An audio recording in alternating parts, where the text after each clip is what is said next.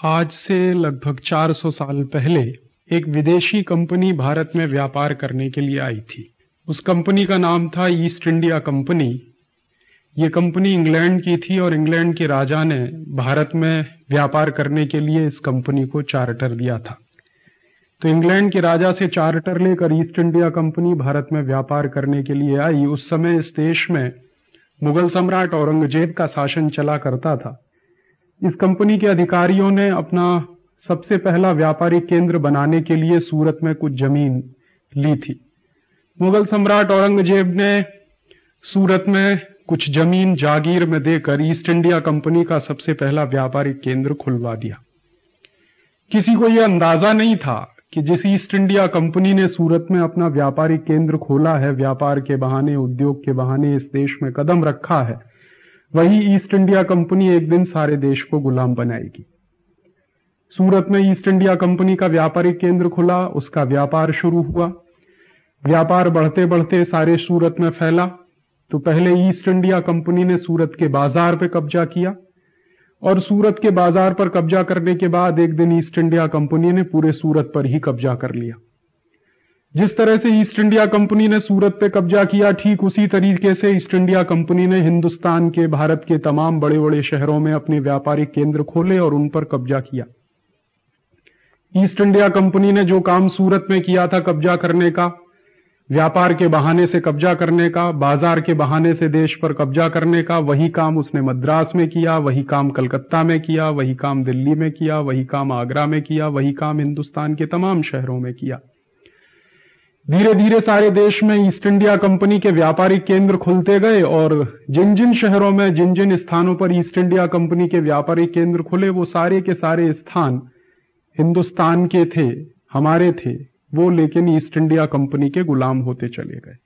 150 साल तक east India company का व्यापार के बहाने साम्राज्य इस देश में बनने लगा।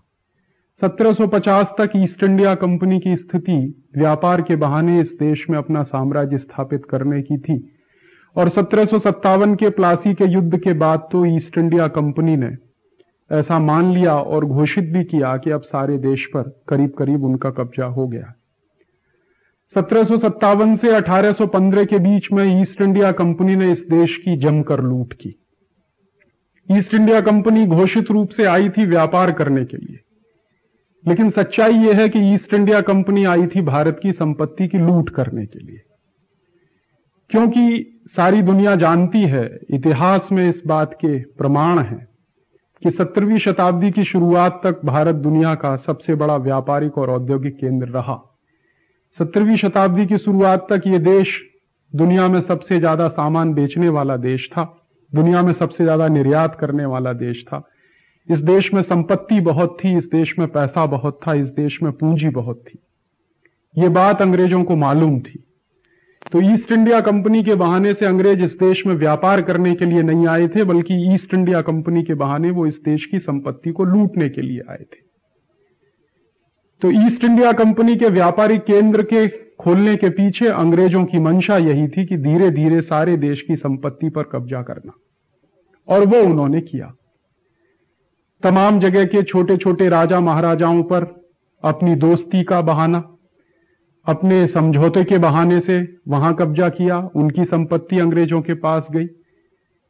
तमाम दूसरे क्षेत्रों में अंग्रेजों ने, जहां पर समझौते नहीं हो सकते थे, जहां पर स्थानीय व्यवस्थाएं बहुत मजबूत थी, स्थानीय लोग बहुत मजबूत थे, वहां पर अंग्रेजों ने उनको दंड देकर, उनको प्रताड़ित करके, उनको मारकर, उनको पीटकर अपनी व्यवस्था में लाने का काम किया। अपने कानून, तथाकथित कानून के द्वारा लोगों को प्रताड़ित करके वहां की संपत्ति लूटने का काम किया। तो ईस्ट इंडिया कंपनी ने 150 वर्ष में 17वीं शताब्दी के शुरुआत से लेकर 1757, 1760 के आसपास तक सारे देश में व्यापारिक केंद्र खोलकर कब्जा किया और उसके बाद इस देश की एक नियमित लूट शुरू की। ईस्ट इंडिया कंपनी जब इस देश में आई थी तो मात्र 50,000 पाउंड का संपत्ति लेकर, पूंजी लेकर इस देश में वो घुसी थी। 50,000 पाउंड की संपत्ति से इस देश में व्यापार शुरू करने वाली ईस्ट इंडिया कंपनी ने 1757 से लेकर 1815 के बीच में हिंदुस्तान से लगभग 1500 करोड़ रुपए की पूंजी इंग्लैंड भेजी। माने प्लासी के युद्ध से वाटरलू के बीच में, वाटरलू का जो युद्ध हुआ उस 1757 से 1815 के समय के बीच में इस देश की 1500 करोड़ रुपए की पूंजी इंग्लैंड पहुंच गई ईस्ट इंडिया कंपनी की लूट के बहाने। और बाद में औसतन जो हिसाब लगता है, बैठता है, वो ये है कि हर वर्ष लगभग 50 से 60 करोड़ रुपए की संपत्ति हिंदुस्तान से, भारत से इंग्लैंड जाने लगी। ईस्ट इंडिया कंपनी ने ये सारा जो इस देश में किया वो सब खुले व्यापार की नीति के तहत, मुक्त व्यापार की नीति के तहत, मुक्त बाजार की नीति के तहत किया। इस देश को लूटने के लिए ईस्ट इंडिया कंपनी और उसकी सरकार ने तरह तरह के कानून बनाए। अंग्रेजी सरकार इंग्लैंड में तरह तरह के कानून बनाती थी और उन कानूनों के तहत ईस्ट इंडिया कंपनी को लूट के नए नए तरीके मिलते थे। जैसे उदाहरण के लिए 1813 में ब्रिटिश पार्लियामेंट ने, ब्रिटेन की संसद ने, इंग्लैंड की संसद ने, अंग्रेजों की संसद ने एक चार्टर ऑफ फ्री ट्रेड पारित किया। ईस्ट इंडिया कंपनी को हर 20-20 साल में चार्टर दिए जाते थे। तो ऐसे ही 20-20 साल के चार्टरों के मिलने से ईस्ट इंडिया कंपनी इस देश में अपने लूट को, अपने साम्राज्य को पुख्ता करती थी, मजबूत करती थी। ऐसा ही एक चार्टर 1813 में ईस्ट इंडिया कंपनी को दिया इंग्लैंड की पार्लियामेंट की तरफ से। और 1813 का जो चार्टर ईस्ट इंडिया कंपनी को मिला वो सारा का सारा चार्टर फ्री ट्रेड के नाम पर था, मुक्त व्यापार के नाम पर था। ऐसा ही एक चार्टर 1813 में ईस्ट इंडिया कंपनी को दिया इंग्लैंड की पार्लियामेंट की तरफ से।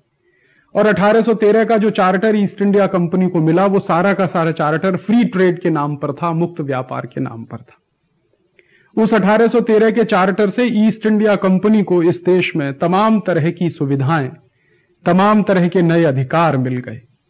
और उन सारी सुविधाओं और अधिकारों को ईस्ट इंडिया कंपनी ने इस देश को और ज्यादा लूटने में इस्तेमाल किया।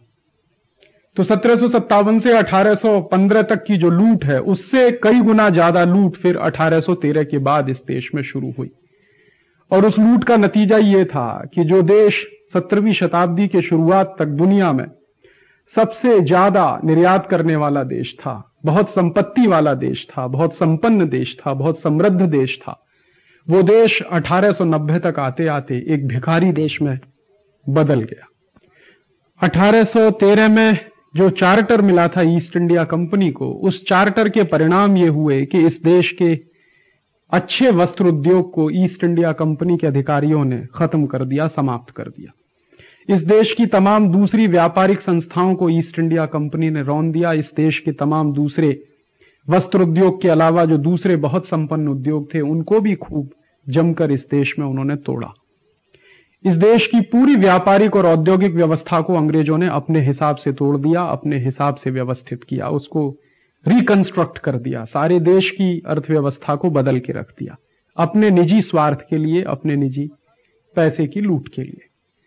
तो 1813 से 1890 के बीच जो लूट हुई वो 1815 से 1757 के बीच की लूट से कई गुना ज्यादा लूट थी। और इसी लूट का पैसा जब इंग्लैंड पहुंचा, लंदन पहुंचा, अंग्रेजों के पास पहुंचा, तो उसी पैसे से कहा जाता है कि इंग्लैंड ने औद्योगिक क्रांति की। बहुत सारे इतिहासकार इस बात को मानते हैं कि अगर भारतवर्ष की लूट ना हुई होती, अंग्रेजों ने भारतवर्ष को ना लूटा होता, तो शायद कभी इंग्लैंड में औद्योगिक क्रांति हो नहीं पाती। तो अंग्रेज आए थे इस देश में लूट के लिए, अंग्रेज आए थे इस देश में संपत्ति ले जाने के लिए। और यह सही बात है कि 14वीं 15वीं शताब्दी तक इंग्लैंड दुनिया में बहुत संपन्न देश नहीं माना जाता था, बहुत गरीब देश था, बहुत पैसा नहीं था, कुछ खास नहीं था उनके पास। तो वो सारी की सारी संपत्ति जो हिंदुस्तान से, भारतवर्ष से इंग्लैंड गई, उसी संपत्ति ने इंग्लैंड को समृद्धशाली बनाया। उसी संपत्ति से इंग्लैंड में औद्योगिक क्रांति की शुरुआत हुई। उसी संपत्ति से उन्होंने टेक्नोलॉजी की दिशा में कुछ नए कदम रखे। तो एक तरफ भारतवर्ष बर्बाद हो रहा था, दूसरी तरफ इंग्लैंड में वैभव बन रहा था। एक तरफ भारत गरीब हो रहा था, दूसरी तरफ इंग्लैंड में संपन्नता बढ़ रही थी।